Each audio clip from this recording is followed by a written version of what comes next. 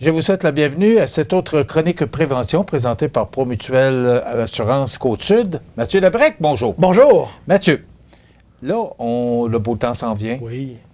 On commence à vouloir faire le ménage. Déjà, plusieurs ont commencé parce qu'on a un printemps hâtif. On ramasse les feuilles, on ramasse les branches, et là, on veut allumer ça. Oui. C'est très dangereux, puis on le sait avec ce qui s'est passé, les drames qu'on a connus l'an passé, dans le nord du Québec principalement. On nous dit que l'indice d'inflammabilité peut être élevé à certains moments, et c'est dangereux. Tout à fait. La population, souvent, va se dire, bah, c'est juste un petit feu, on va se débarrasser de nos feuilles, on va se débarrasser de nos branchailles à la suite de notre ménage de printemps. Par contre, justement, on en a eu un exemple l'année dernière. Cette année encore, je regardais les statistiques, les causes d'incendie à l'arrière de ces incendies de forêt-là, c'est l'humain. Oui. C'est l'humain, c'est des feux récréatifs, ça peut être des feux à ciel ouvert qu'on va faire chez nous, justement, un feu de joie. Ça peut être des feux, justement, pour se débarrasser, justement, de ces résidus printaniers-là. Par contre, comme on le sait, c'est dangereux, puis il y a des précautions à prendre de ce côté-là. Le printemps, bien, souvent, on le voit, nos pelouses sont jaunies, sont secs, il y a des branchailles, des feuilles mortes.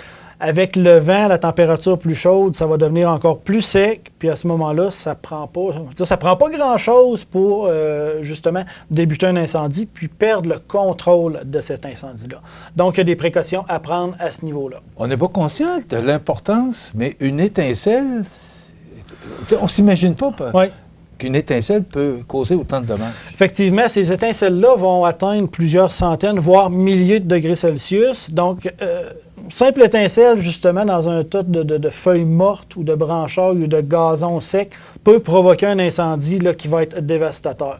Ce que la SOPFEU va suggérer aux citoyens, c'est d'y aller vraiment avec le compostage, collecte des résidus verts, éco-centre.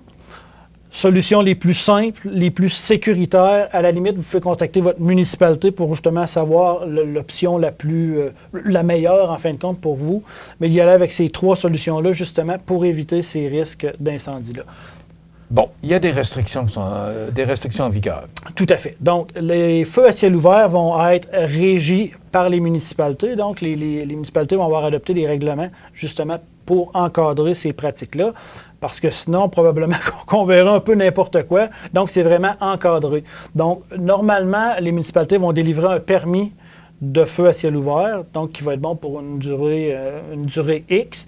Puis, le feu à ciel ouvert va être encadré. Donc, il va y avoir des conditions à respecter pour faire notre feu à ciel ouvert.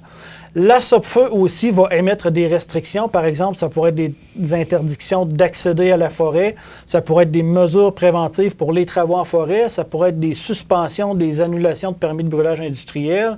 L'année dernière, il y en a eu énormément, là, justement, de ces restrictions-là, justement, à cause des nombreux incendies, qui ont même entraîné l'évacuation de municipalités, là, si je me souviens bien. Pas drôle quand tu penses à ça, là. On n'est pas conscient de tout ce que ça peut engendrer. Tout à fait. Puis ça a duré pratiquement tout l'été. Puis la SOPFEU redoute un peu encore là, avec les changements climatiques, les grandes périodes d'absence de pluie, les vents, que ces phénomènes-là se produisent davantage. Je sais qu'ils sont mieux préparés, donc il y a eu des ressources supplémentaires qui ont été engagées à ce niveau-là. Mais nous, notre travail, c'est vraiment d'y aller en prévention pour en éviter le plus possible, dont les feux qui sont de nature humaine. On va détailler maintenant qu'est-ce qu'un feu à ciel ouvert. Feu à ciel ouvert, ça peut être un feu qui va brûler librement et qui pourrait se propager librement.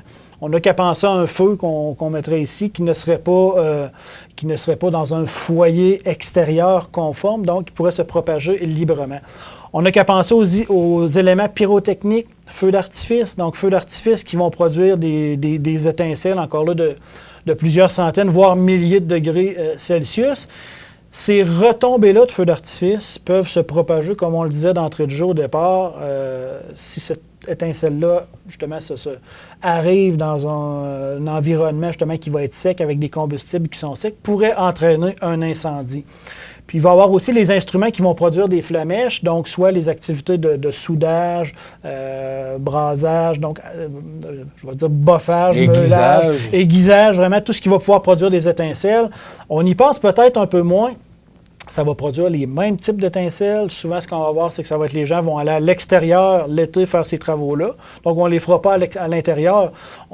Souvent, on va se dire, ben là, c'est moins dangereux, je suis à l'extérieur. Par contre, vont être près des bâtiments. Les étincelles peuvent se faufiler encore là, justement dans certains endroits qui vont être propices à produire un incendie. Souvent, l'incendie, ce qu'on va voir dans le déroulement, c'est qu'il ne se produira pas immédiatement. Donc, si on fait nos activités, on produit nos étincelles, ça ne sera peut-être pas tout de suite. Ça peut être dans 30 minutes, 2 heures, 4 heures, justement, le temps que l'incendie ait développé assez de chaleur pour, justement, enflammer tout ce qui est à proximité. Donc, à garder en tête. Comment on fait pour s'assurer que tout ça est sécuritaire? Parce qu'il y a des règles à respecter, mais c'est quoi les règles? C'est quoi les règles? Parce qu'il y en a beaucoup, là. Il y en a beaucoup, effectivement. Tout d'abord, surveillance constante. Un petit peu comme nos activités de cuisson, souvent qu'on parle de nos feux de cuisinière, c'est un feu, donc on le surveille constamment. Puis ça vaut autant pour notre foyer extérieur aussi, notre barbecue au charbon, donc il y a quelque chose qui brûle, on le surveille. Un adulte aussi qui assure la surveillance. Avant le départ, justement, de notre feu, on s'assure que notre feu soit bien éteint. Au besoin, on va arroser amplement les braises. Puis on peut même venir refaire une petite vérification un peu plus tard, justement, pour s'assurer que tout est bien étendu. À proximité de notre feu, si on est dans notre cour, par exemple, assurer d'avoir un boyau d'arrosage, un seau d'eau à proximité, des râteaux, des pelles, à la limite. S'assurer justement que si on perd le contrôle, on est capable justement de porter quelques actions, tout en gardant en tête que c'est notre sécurité justement qui prime. Au besoin, on peut appeler le service incendie. On n'allumera pas notre incendie en cas de smog, de vent, justement. Le vent, il faut le prendre en considération aussi. Le vent, je pense que c'est l'élément le plus dangereux. Tout à fait. Le vent fait que ça se répand vite et c'est là qu'on perd le contrôle. Tout à fait. Souvent, ça va être aussi des changements de direction de vent. Oui. On va l'allumer, puis finalement, le vent vire de bord, comme on dit. Là, ça peut se diriger vers notre cabanon, vers des choses qu'on n'aurait pas pensé, vers une corde de bois. Là, à ce moment-là, il faut être prêt à intervenir, donc surveiller le vent. Puis l'indice d'inflammabilité également. Indice d'inflammabilité qui va être extrême, ou si le SOPFEU émet des restrictions, justement, par exemple, interdiction de feu à ciel ouvert, à ce moment-là, on n'allumera pas ces feux-là. Puis on va s'assurer aussi, avant de les jeter, nos cendres, un petit peu comme nos cendres de poêle à bois, nos cendres de barbecue au charbon, qu'elles soient bien refroidies. Encore là, petit tison qui peut rester, qui peut dormir quelque part, qui, s'il est en contact justement avec des matériaux combustibles, à ce moment-là, pourrait causer un début d'incendie. Bon, il y a des foyers, on peut utiliser des foyers avec des pare-étincelles. Tout à fait. C'est permis. C'est des choses ça, qui on vont... n'a pas besoin de permis, c'est permis. Effectivement, le foyer avec pare-étincelle va être permis. La seule chose qu'ils vont avoir à vérifier, c'est est-ce que, parce que souvent les municipalités vont avoir, si on veut, encadrer aussi ces différents types de foyers-là, parce qu'on en retrouve, il y en a que ça va être comme des cuves ovales avec un pare-étincelle à l'intérieur, il y en a que ça va être vraiment style foyer avec une cheminée et un pare-étincelle. Donc, à ce moment-là, il y a certaines municipalités qui pourraient avoir encadré davantage l'utilisation de ces appareils-là. Donc, s'assurer de vérifier un peu avec eux, peut-être même qu'ils ont des fiches de prévention qui vont parler un petit peu des conseils que je donne là, donc ça peut bien faire pour se rafraîchir la mémoire. S'assurer de vérifier avec eux. S'assurer aussi d'installer notre foyer extérieur sur un pavé ou un sol qui va être dégagé en terre battue ou en gravier, justement pour s'assurer que les éléments à proximité qui pourraient être combustibles ne causent pas de début d'incendie. Combustible autorisé. On ne brûle pas n'importe quoi dans nos foyers. Ce n'est pas un incinérateur à déchets. C'est un bon point. C'est un bon point. Souvent, on va voir ça des fois. Bon, une grosse fumée noire qui sort d'un foyer extérieur. Là, on peut douter peut-être sur ce qui se brûle à l'intérieur. Donc, ce qu'on va y aller, c'est vraiment du bois de chauffage qui va être sec, justement, qu'on va utiliser. Donc, pas d'accélérant, pas de matière qui pourrait contenir du plastique, des résidus de construction peinturés. Encore là, on n'utilise pas ça dans nos foyers extérieurs. Écoute, on a besoin de conseils. On communique avec les gens chez vous? Tout à fait. On a des conseillers en prévention, justement, qui sont disponibles pour répondre à ces questions-là. Différentes questions de prévention. On parle beaucoup de prévention incendie, mais ça va être la prévention des sinistres en général. Par exemple, les dégâts d'eau. Ça peut être même les vols automobiles. Donc, encore là, vraiment, prévention au sens large, conseillers en prévention aussi qui vont faire des visites à domicile, des visites de prévention, et qui sont là pour répondre aux questions des gens, justement, au sujet de la prévention.